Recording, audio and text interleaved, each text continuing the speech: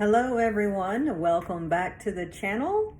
We're all about that military lifestyle, and today we are talking about retirement for Guard members and reservists. Sometimes this is also referred to as non-regular retirement. In any event, I had a viewer ask if I could do a video on Guard and Reserve retirement. As you probably already know, it's very different from active duty retirement. It's taken me a little bit longer than expected to do this video. Thank you so much for your patience. I don't think 2021 is going on anyone's greatest hits album. So anyway, thank you for your patience. We're finally getting around to this extremely important topic. We're going to talk about how you secure your Guard or Reserve retirement pay. We're going to talk about the calculations that come into play, and we're going to talk about that money.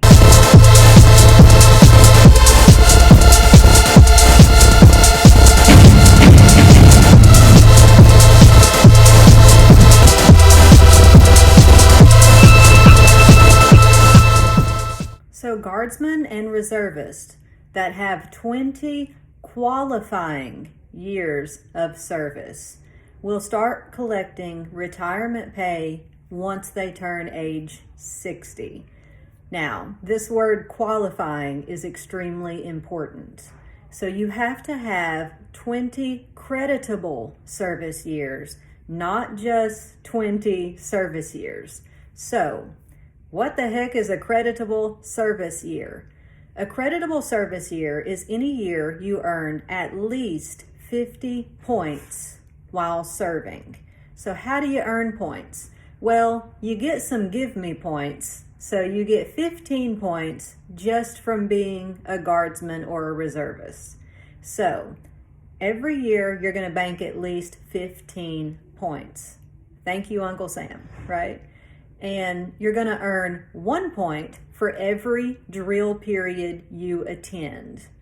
And remember, a 4-hour drill period is considered one drill period. So if you attend drill all day long Saturday, that's 2 points. If you attend drill all day long on Sunday, that's another 2 points. So assuming you are attending drill all day Saturday and all day Sunday, you're going to get 4 points per drill period. Now let's do a little bit of math, which I don't normally like to do, but I'm doing it for you all today. So obviously, if you attend every single battle assembly or unit training assembly for the year, you're going to have 12 drill periods, drill weekend periods, I should say. So you take, 12 times that by 4. All right, 12 times 4 is going to get you to 48. And then remember I said that you get those 15 membership points, and those are the give me points. So that right there is going to get you up to 63. So as long as you attend every single full battle assembly weekend or unit training assembly weekend, you should be hitting that 50 mark that's required for a creditable or qualifying service year. You can also get points in other ways. So you'll get 1 point for each day you serve on active duty. So if you go on ADT, active duty for training, or you go on COADOS orders, contingency operations, if you do a day of AT, annual training, you're going to get 1 point for every day of active duty you serve. And this is, of course, on top of the points that you're getting for attending drill periods. And this is on top of those 15 membership points that you get every year just because you're a member of the Guard or the Reserve. Another way you can earn retirement points, and a lot of people don't think about this, is through satisfactory completion of accredited correspondence courses. So all of that online, coursework that you're having to do to get, promoted to the next level, you can actually get retirement points for completion of those courses. And you get 1 point for every 3 credit hours earned. So keep that in mind. So again, 1 point for every day of active service, 15 points just by being in the Guard or the Reserve for an entire year. 1 point for each training assembly, and if you attend the whole assembly, that's 4 points total for the weekend. And you get 1 point for each day you are on funeral honors duty. So those are the different ways that you can earn points throughout the year as a member of the Guard or the Reserve. And again, you got to get 50 points to have a creditable service year. And of course, you got to have 20 creditable service years before your military retirement pay is secured. And then you're going to start getting that pay at age 60. Now, if there is a year that you have to miss a series of drill periods because, let's say, you're injured or you move and you're looking for a unit to join, whatever the case is, what you should do is make those drill periods up through rescheduled training. So you need to work with your commander and make sure that you guys can agree on a plan for you to make those missed drill periods up. Because if you're just doing an excused absence, you don't get any points for that drill period or periods that you missed, and you might come up short. I came up short earlier on in my Army career. I think I had a year where I had 38 points or so. So what does that mean for me? That means I actually have to serve an additional year of service before I can, say that I am vested in my retirement benefits. What else? The 60-year requirement. I know that hurts a bit because active duty personnel start collecting retirement pay as soon as they get their 20 years of service in. So you'll have some people that are out there and they're 38 years old and they're already collecting military retirement. Well, us guardsmen and reservists unfortunately have to wait until we're 60. However, there are a few circumstances under which you can start collecting before you're age 60. So any member of the Ready Reserve who is recalled to active duty or in response to a national emergency is called to certain active service after January 28, 2008 shall have the age 60 requirement reduced by 3 months for each cumulative period of 90 days performed. So I know it's not a lot, but just keep in mind if you fall into that circumstance, you'll have the age 60 requirement reduced by 3 months for every period of 90 days served. And again, it's under those very specific circumstances. So you're a part of the Ready Reserve who's recalled to active duty or in response to a national emergency. Now, there are also a couple different plans for you to consider. So one is the final pay plan, and the other is the high 36-month average plan. And a lot of people are on this high 36-month average plan. So this is why you hear people say that, they have to hold the rank of colonel, for instance, for 3 years before they can, retire at that rank. So if you first entered the military before September 8, 1980, you're going to be on that final pay system. And again, as I mentioned earlier, most people are not on this system. But what you're going to do is you're going to compute your retired pay based on length of service by multiplying the basic monthly pay for your retired grade at the time of retirement by the years of creditable active federal service at the rate of 2.5% for each whole year of service. This is called the final pay retirement system. It means you get 50% for 20 years of service up to a maximum of 75%.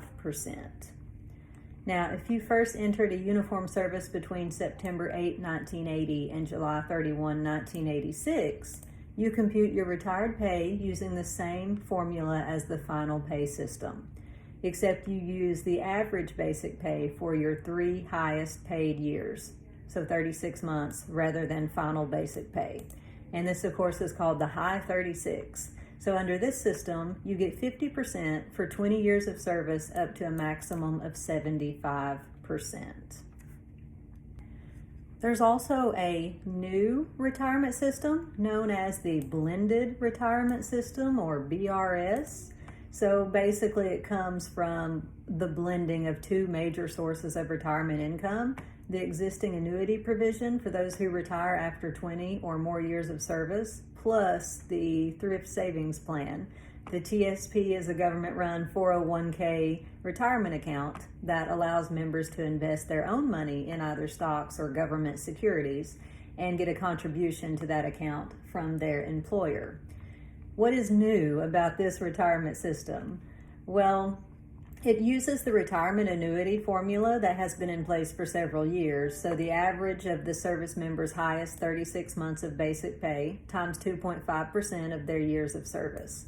But the 2.5% is adjusted downward by half of a percentage point, from 2.5 to 2%. And this new plan just came into place January 1, 2018. And those of us that had been in the service for a while had the option of switching to BRS, the blended retirement system, or remaining on the high 36. And I chose to remain on the high 36 because based on, my situation, that was best for me. But some of you might have decided to go onto the blended retirement plan, which is the newer plan. So the best part of having a TSP contribution really applies to those who don't stay in the military long enough to get a retirement check. So the government says that 83% of people who join the military don't stay long enough to retire. So when they leave after 5 or 10 years, they basically get nothing towards their future retirement. Well, the blended retirement system changes that. So by contributing to the TSP, military members can leave the service at any time and have an existing retirement fund that they can take with them anywhere. Of course, I only had a few years left of service when this blended retirement system came in place. So that's one of the reasons I decided, for me, it would be best to stay on the high 36 plan. I am actually about to check that 20-year block. So I'm excited in case you couldn't tell. But that's one of the main reasons I stayed on the high 36 plan. But again, some of you might have in 2018 switched over to BRS. Given that a lot of people did choose the BRS option, I want to talk more about it. So it's made up of 4 specific components. One is the defined benefit. So retired pay will be 2 times number of years of service. If you retire at 20 years service, you get 40% of your final base pay. If you retire at 30 years service, you get 60% of your final base pay. You can either get your full retirement when you're eligible or opt to get a lump sum benefit at retirement. If you take the lump sum, you will get a reduced monthly retirement check until you're age 67. The second component is the defined contribution. The military will contribute 1% of your base pay to your TSP no matter what you do. You will be automatically enrolled with a 3% base pay contribution to your TSP, and you can change that at any time. The military will match up to 5% of your contribution after 2 years of service. You can always stop contributing to the TSP if you want to. And of course, the third component is continuation pay. So when you reach 12 years of service and commit to 4 more years of service, you will be eligible for a cash incentive of 2.5 to 13 times your regular monthly basic pay if you are active duty, and 0.5 to 6 times your monthly basic pay if you're in the Guard or the Reserve. And then the fourth component is this choice of lump sum payment. So if you take a lump sum payment, it will be discounted to allow for inflation. If you take the lump sum payment, your monthly retirement benefits will be reduced. So that is the BRS system in a nutshell. And I talked earlier about the final pay and the high 36 systems. If you have any questions about that, feel free to ask. Whew, I know that was a whole lot of information, but it's really important to get it out there because there's just not a lot of people talking about retirement pay for guardsmen and reservists. And again, I know it's a lot, but I think you'll feel that it's worth it once you get that NOE, or the 20-year letter you hear the old timers talk about all the time. So NOE, of course, stands for Notification of Eligibility, and this is the letter that is sent to the service member within a year following completion of their required 20 creditable service years. And upon issuance of this NOE, the reservist or guardsman cannot be denied retired pay at age 60, even if an error revealed that the retiree has less than 20 years of qualifying service. Of course, when it comes to money, the federal government rarely makes mistakes. But in any event, once you get that 20-year letter or that NOE, your retirement pay is set in stone. So you're going to start getting that after, it'll actually be 30 days after your 60th birthday. In case you're wondering how you find out how many points you have and how many qualifying years of service you have, make sure if you're in the reserve, you take a look at your chronological statement of retirement points. And of course, this will come from Human Resources Command if you're in the Army. Now, if you're in the Army Guard, you're going to look at NGB Form 23 Alpha, because that is your annual retirement point statement. So again, the chronological statement of retirement points if you're in the reserve, and NGB Form 23 Alpha if you are in the Guard. Those are the documents you're going to look to determine how many points you have total and how many years of qualifying service you have. You got to make sure you're looking at these forms at the end of every single year. And by the way, when it comes to how these years are calculated, they're going to start the day you were first paid. So if you came into the military on, I don't know, April 3rd, and your first pay date was, April 12th, because that was your very first drill period, then your year is going to go from, April 12th of one year to April 12th of the next year. So make sure you're looking at these statements at the end of your military service year. And if anything's wrong, you can also try to do a correction to this statement. So again, it's extremely important because you have to have 20 years of qualifying service. So please make sure you're checking those forms at the end of your military service year, every single year, and then make sure you apply for a correction of points if you need to. All right, folks, hopefully that answered several of your questions regarding retirement pay for guardsmen and reservists. Thank you for watching today. As always, if you have questions, drop those in the comment section below. And if you have other ideas for video topics, make sure you let me know about those, and I will try to get a video up for you.